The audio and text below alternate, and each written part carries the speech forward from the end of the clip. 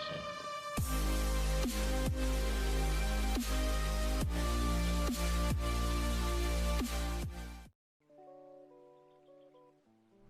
Alright, Mr. Odd. Thank you for being so timely and showing up for your second session.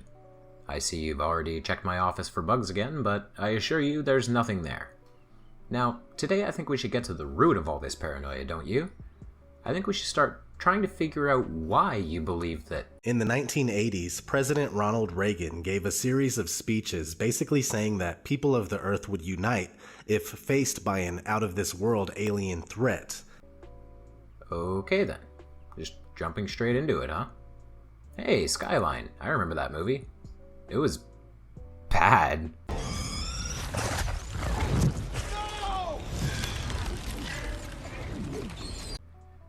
Anyway, so I guess you want to talk about aliens today, is that right? I couldn't help but say to him, just think how easy his task and mine might be in these meetings that we held if suddenly there was a threat to this world from some other species from another planet outside in the universe. We'd forget all the little local differences that we have between our countries, and we would find out once and for all that we really are all human beings here on this earth together. Ah, I see. Well, first of all, as your psychiatrist, Mr. Odd, you should know that I'm Canadian. Even then, I wasn't born until after Reagan left office. I think I'm going to have to call in an expert to dissect this further. A few moments later. Hello there. My name is Dr. Schlipp. Pleased to meet you, Mr. Dead Kennedy in space. The logical troglodyte told me you had a tough nut to crack and asked my assistance. How can I be of help? Hey there, Dr. Schlipp. Great to meet you, sir. We've got a special case here. I fear it may be terminal. Would you like to talk to my friend Mr. Odd here? Ah, the Mr. ODD. Yes, he is indeed a tough nut to crack. Let's see what we can do here. In our obsession with antagonisms of the moment, we often forget how much unites all the members of humanity. Perhaps we need some outside universal threat to make us recognize this common bound.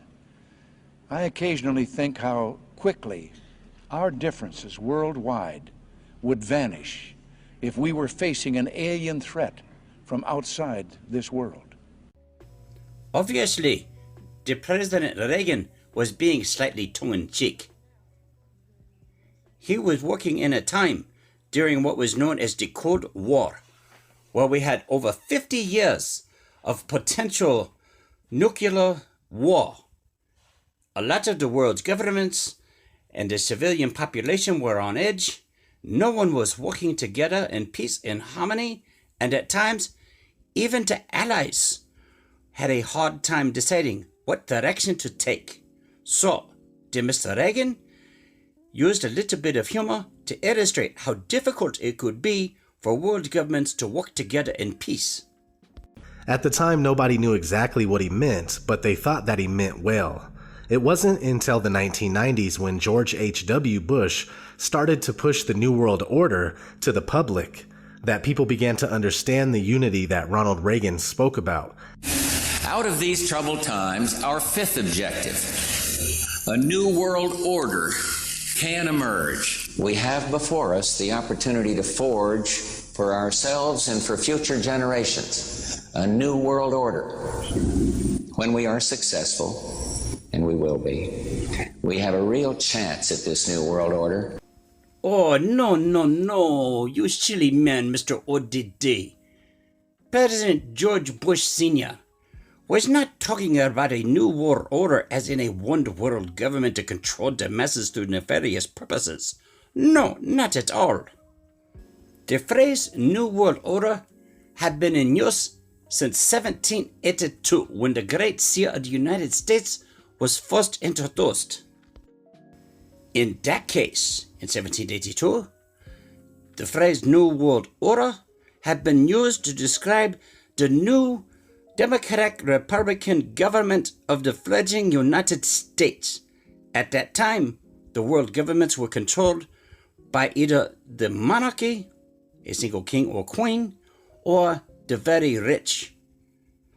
The United States, however, decided that each individual man had to have a say in government, thus creating a new world order. I see. So, you seem to think that George Bush Sr. first introduced the idea of the New World Order to the world. I mean, I know for a fact that this isn't true. Like Dr. Schlipp said, it's on the Great Seal of the United States, which was designed in 1782. Not only that, but I also know that the phrase was first uttered aloud by Woodrow Wilson after World War I, when he was attempting to form the League of Nations. Problem is, nobody went for it. They saw it as the United States attempting to project the American dream onto Europe. This seems to be the problem every time a world government is proposed. There's far too much worry about corruption from the top down, as well as cultural differences. Well, go on, Mr. Odd. Tell us what else concerns you about this New World Order. Let's fast forward to more recent events where we are seeing the alien agenda escalate more than ever. 2014, Bill Clinton talks about aliens on Jimmy Kimmel. Take a quick break, but when we come back, I hope you will indulge me in something, because I want to ask you about your access to the files on the UFOs, okay? President Clinton is here with us. We'll be right back. President Bill Clinton is here with us, so if I was president, and I won't be, let's be honest, the first thing I would do after putting my hand on that Bible and taking that oath to serve the country is I wouldn't even probably finish the oath. I would run to the White House. I demand to see all the classified files on the UFOs. Because I want to know. I'd want to know what has been going on. Did you do that? Sort of. Oh, Odd, my friend, I think you're grasping at straws a little here. You wanted to find clips of politicians talking about aliens, and it's very obvious. How can I tell, you ask? Because you found Clinton talking on a comedy show about it. A comedy show, where things are very often not meant to be taken literally. Why am I not surprised that Clinton would talk about this with the former host of The Man Show? I've stuffed something in my pants, and you're allowed to feel around on the outside of the pants. You have 10 seconds to then guess what is in my pants. You should use two hands. Two hands. That's embarrassing. I think maybe we should be paying more attention to the things Clinton says in a more official capacity, like, I did not have sexual relations with that woman. oh, you know, Odd, I'm not sure Bill Clinton is a particularly reliable politician to be getting your information from. Now, I'm going to let Dr. Schlipp take over on these Clinton clips, but before I do, did you see Bill's head there? For anyone who studies body language, that's a sign of exasperation. He's bored and tired of this topic. What he knows about it is not interesting to him, telling me it's probably not interesting to anybody else. Obviously, President Clinton was being very tongue-in-cheek. He was on a comedy talk show. This was not a political speech. No. Quite the opposite. If you look at his body language, you can tell he was very spared and bored by the idea of aliens, and was totally tired of the subject completely. Mr. ODD, please. It's obvious you have your head up your rear end. And when you have your head up your rear end, of course everything looks dark and smells like shit. 2015, Barack Obama talks about aliens on Jimmy Kimmel. This is something I feel like, if I was the president, and it's unlikely that that is ever going to happen. You never know. My hand would just, it'd still be hot from touching the Bible, and I would immediately race to wherever they have the files about Area 51 and the UFOs, and I go through everything to find out what happened. Right. Did you do that? Let me just point something out to you, Odd. What you're seeing here aren't exactly recurring ideas coming from politicians. You're seeing the fact that Jimmy Kimmel is a terrible comedian. He has just recycled the exact same script he used on Clinton, and he's using it to get the politician to ramble about space and aliens for a little while. He's killing time. No, my goodness. This is the worst case of fecal brain syndrome I have encountered since the conspiracies by Hans. So you see, What used to pass for a tinfoil hat theory is now being pushed by the mainstream and accepted on a wide scale. In fact, the popular theoretical physicist Michio Kaku seems to be a pawn for programming the masses with the belief in aliens. Joining me now is physics professor Michio Kaku, who is a consultant for the series. Professor, welcome. The biggest question before we get any invasion is, do aliens even exist, and how would we know? Well, the Kepler satellite currently orbiting in outer space has identified about 50 planets that seem very much Earth-like. In fact, every week we discover another Jupiter-sized planet in outer space. Now, to be sure, most of them probably have no more than microbial life, just germs. But a few of them may have intelligent life, perhaps even more advanced than what we have on Earth. Now, so how does this actually work? When Discovery decided they were going to do a show on alien invasions, your phone rings because you're on the sort of speed dial for theoretical physicists who can help them do the war game for how this might play out? Well, believe it or not, we physicists have actually studied the question of what happens if we do encounter a hostile advanced civilization in space. This sounds like somebody speaking from experience to me, Odd. If you had dedicated your life's work to the study of extrasolar planets, and you find, for a fact, that they exist and could possibly harbor life, you're not really going to have an alternative opinion. You've done the math, and you know the probability. Isn't that more likely than leaping to the conclusion that he's in on the conspiracy? Especially considering the fact that he never mentioned a New World Order once. If anything, he sounds like someone is paying him to talk up the Kepler mission. That man is a theoretical physicist. Are you serious? He's not saying the aliens are going to be invading the world. No.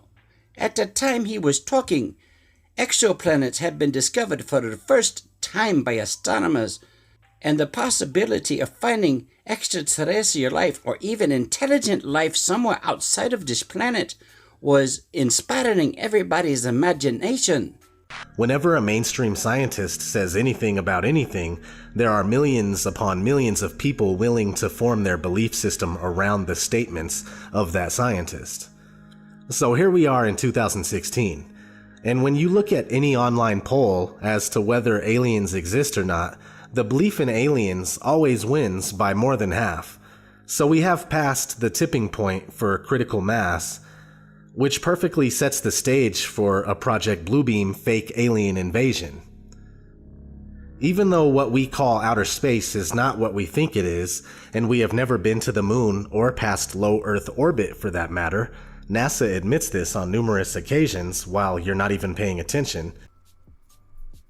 Okay, that's enough. I'm taking off the hat, Odd. I'm not your psychiatrist. I'm a debunker who's ripped into you once before. Oh yeah, cut that interview short so we can't see the rest of his answer, because he wasn't clearly mid-sentence or anything. He's going back to the classic points. When was this video made? January of this year. And he's using the same old flat earther points. It is photoshopped, but it's has to be. Then? There's another layer to sort of simulate. Called it. Of course not. Why would you see stars from the lunar surface during the day? But anyway, go on about how NASA never lost anything and you're a liar. Tells us that they lost the 1960s technology that took us to the moon. Wrong. Here's what he's doing is he's picking out little bits and trying to establish a pattern with it, because human beings love to see patterns, and if you show them a fake pattern, they'll believe it's there. And now you force me to do it again. I have had enough of your paranoid confirmation bias nonsense. NASA admits we've never gone past low Earth orbit, huh? Prove it. Go right ahead, you absolute walnut.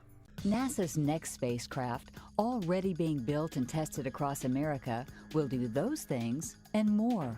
This is the spacecraft that's going to take humans to explore the solar system. It's the next big step for NASA in exploration. Called the Orion Multipurpose Crew Vehicle, or MPCV, this next-generation spacecraft will enable America to explore beyond low Earth orbit. As we get further... And there's you being deliberately dishonest again. Why did you cut so quickly away from that clip? It couldn't possibly be to remove the context of the narration, could it? I find it very telling that I cannot find this exact narration you used, and you were too dishonest to leave a link. Maybe it's because her very next word was again. As we get further away from Earth, we'll pass through the Van Allen belts, an area of dangerous radiation. But Orion has protection. Shielding will be put to the test as the vehicle cuts through the waves of radiation. Sensors aboard will record radiation levels for scientists to study. We must solve these challenges before we send people through this region of space. There's those fast cuts again. Yes, the Van Allen belts are a problem. Yes, they were still a problem during Apollo. My guess is that they want to further reduce the damage done because Orion and those within it will be spending longer periods of time in those charged zones. Oh wait, here's the rest of the video, you lying little belts, an area of dangerous radiation. Radiation like this could harm the guidance systems, onboard computers, or other electronics on Orion. Naturally, we have to pass through this danger zone twice, once up and once back. But Orion has protection. Huh. It's almost like technology has changed since the 70s, huh? Plan that NASA has is to build a rocket called SLS, which is a heavy lift rocket. It's something that is much bigger than what we have today, and it will be able to launch the Orion capsule with humans on board, as well as landers or other components to destinations beyond Earth orbit. Right now, we only can fly in Earth orbit. That's the farthest that we can go. And this new system that we're building is going to allow us to go beyond and hopefully take humans into the solar system to explore. So, wow, you're right. He said they can't do it. Because the last time they did it was with the Saturn V, which cost a few $1 billion to launch by today's standards, and just as much to build. Are you unaware that NASA's budget has been slashed to ribbons since the 70s? They have a fraction of the money they had then. So, no, they can't afford to build and launch a modern Saturn V. They need something new and cheaper, like the SLS. I'm tired, Doctor. I can't handle this level of paranoia and confirmation bias. You've got the rest. Oh my goodness, my goodness, my goodness. Not only do you have fecal brain syndrome, but it appears that you have an associated case of SPS, which is small pecker syndrome. Nothing to be ashamed of. Many men have small peckers, but it's okay. Thank you all very much for watching. If you like this video, please give it a like. If you want to see more, please subscribe to my channel, which is Dead Kennedy in Space. As usual, my name is Kevin, and I'll see you over the curve, Space Cowboys. To me, it underscores our responsibility to deal more kindly with one another and to preserve and cherish the only home we've ever known.